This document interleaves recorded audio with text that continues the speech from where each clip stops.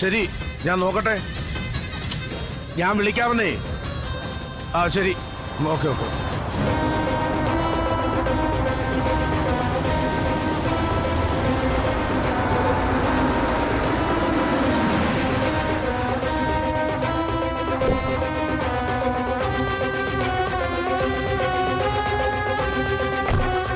ഇവനെന്തോ തീരുമാനിച്ചുറപ്പിച്ച വരവാണല്ലോ.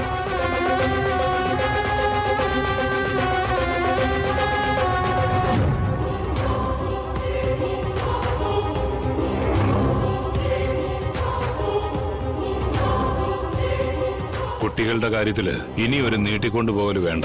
അതാ ഞാൻ തന്നെ നേരിട്ട് വന്നത്. അങ്ങനെയാണ് തീരുമാനമെങ്കിൽ അങ്ങനെ തന്നെ നടക്കട്ടെ. ഡെയ്സി ഉണ്ട്, മോളകത്തുണ്ട്. ആ, നീ വന്ന കാലം എനിക്കത് അകത്തോട്ട് കയറി വാ. വാടാ.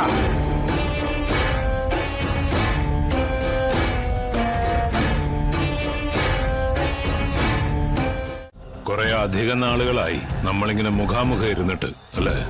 അതിനുള്ള ഭാഗ്യം നമ്മുടെ മക്കൾ ഉണ്ടാക്കിയെന്ന് പറഞ്ഞാ മതിയല്ലോ. ശരിയാ, നമ്മളായിട്ട് ഇരു കുടുംബങ്ങളെയും ഒന്നിച്ചു കൊണ്ടുപോകാൻ പറ്റിയില്ല.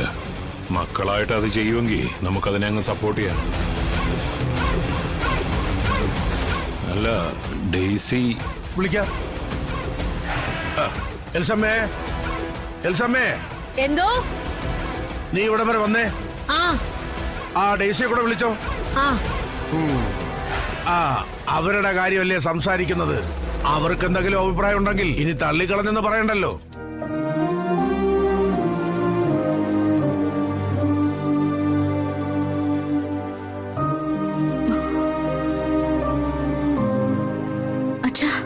ചുമ്മാ ഒന്ന് കേറിയിട്ട് പോവാന്ന് വെച്ചു.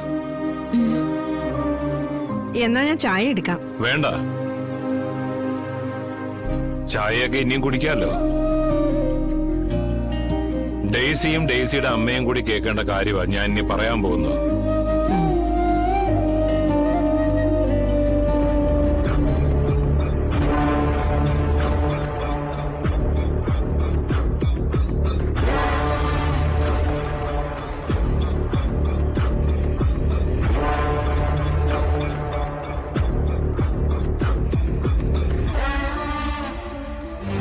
ഇവരുടെ കാര്യം ഇനി അങ്ങനെ വച്ചു നീട്ടേണ്ട കാര്യമില്ലല്ലോ. ശിവൻ ഹോസ്പിറ്റലിൽ നിന്നും ഇറങ്ങിയാൽ ഉടനെ കല്യാണം. ഡെയ്സി ഇപ്പൊ അവന്റെ കൂടെ ഉണ്ടായാൽ അവൻ അതൊരു വലിയ ആശ്വാസമായിരിക്കും. ഞങ്ങൾക്ക് സമ്മതക്കുറവൊന്നുമില്ല. ഒന്നുമില്ലേലും ചങ്കും കരളും പോലെ കഴിഞ്ഞിരുന്നവരല്ലേ നമ്മൾ രണ്ടുപേരും. ഒരിക്കൽ കൂടി ആ ഓർമ്മകളിലൂടെ നമുക്ക് സഞ്ചരിക്കുകയും ചെയ്യാം.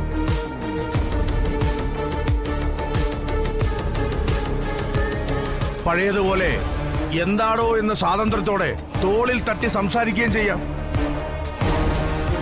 അതെ, പഴയ ബന്ധം തുടരാൻ ഞാൻ എന്നും റെഡിയാ. കാരണം അന്നും ഞാനായിട്ട് വഴക്കുണ്ടാക്കി മാറിയതല്ലോ.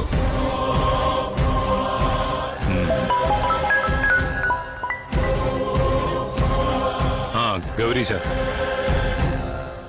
ശരി ശരി, ഞാൻ ദേ എത്തി. ഇന്ന് ഒരു മീറ്റിംഗ് ഉണ്ട്, വൈകിക്കാൻ പറ്റില്ല.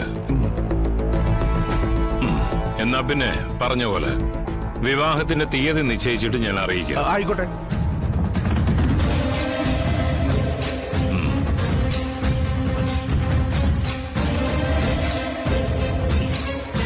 വരട്ടെ മോളെ.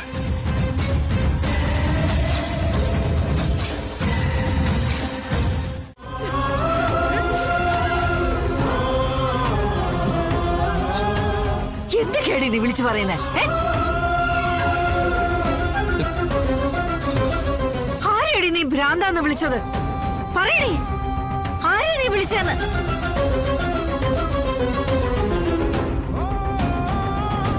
പറയടി മാപ്പ്. ഇടി കാല് വീണ് മാപ്പ് പറയാൻ.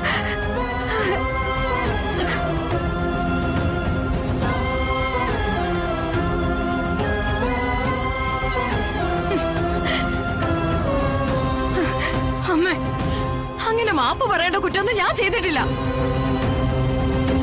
വിഷ്ണു ഏട്ടൻ എവിടെയോ പോയെന്ന് കരുതി നിരപരാധിയായ എന്റെ ഭർത്താവിനെ എന്തിനാ ദേഹോപദ്രവം ഏൽപ്പിക്കുന്നത്?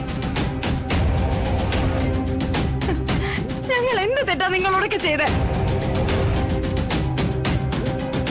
ഞങ്ങൾ ഇവിടെ വന്ന് ഇങ്ങനെ കിടക്കുന്നതുകൊണ്ടാണ് നിങ്ങൾ എല്ലാരും ഞങ്ങളോട് ഇങ്ങനെയൊക്കെ കാണിക്കുന്നെങ്കിൽ ഞങ്ങൾ എങ്ങോട്ടെങ്കിലും പൊക്കോളാം. അപ്പൊ നിങ്ങൾക്ക് എല്ലാവർക്കും സ്വസ്ഥത കിട്ടുമല്ലോ. ഇടി വയ്യാത്ത ഈ മനുഷ്യൻ എന്തെങ്കിലും കാണിച്ചെന്നും പറഞ്ഞാണോ നീ അലമുറയിടുന്നത്? ആദ്യം വേണ്ടത് കാര്യങ്ങൾ മനസ്സിലാക്കി പ്രവർത്തിക്കാനുള്ള വിവേക. അത് നിനക്കില്ല. അതില്ലാത്ത കാലത്തോളം നീ എവിടെ പോയിട്ട് എന്താ കാര്യം? ഈ മനുഷ്യൻ ഇവനെ കുറച്ചു നാളെങ്കിൽ കുറച്ചു നാളെ സംരക്ഷിച്ച് വളർത്തിയതാ. അതുകൊണ്ട് ശിക്ഷിക്കാനുള്ള അധികാരം ഈ മനുഷ്യനുണ്ട്. അച്ഛനല്ലെങ്കിലും അച്ഛന്റെ സ്ഥാനത്തുള്ള മനുഷ്യനാ. അവര് തമ്മിൽ പല പ്രശ്നങ്ങളും ഉണ്ടാവും. അതിൽ നീ ഇടപെട്ട് സംസാരിക്കാൻ പോകുന്ന എന്തിനടി? അത് ശരി. അപ്പൊ ഈ പരാക്രമം ഞാൻ നോക്കിക്കണോന്നാണ് അമ്മ പറയുന്നത് അല്ലേ? ഇടി പരാക്രമം കാണിക്കുന്നത് അവര് തമ്മിലല്ലേ? അതിൽ നീ ഇടപെടാൻ പോയതും ആ മനുഷ്യന്റെ മെക്കെട്ട് കേറാൻ പോയത് എന്തിനാന്നാ ഞാൻ ചോദിച്ചത്. ഓ അത് ശരി. അല്ല അപ്പൊ നിങ്ങളെല്ലാരും കൂടി ചേർന്ന് എന്നെ കുറ്റപ്പെടുത്താൻ നോക്കുക. കൊള്ളാം. എടി അമ്മേ എനിക്ക് മനസ്സിലായി, എല്ലാം മനസ്സിലായി. ഇതിനെന്ത് ചെയ്യണമെന്ന് എനിക്കറിയാം. എടി ശ്യാമേ,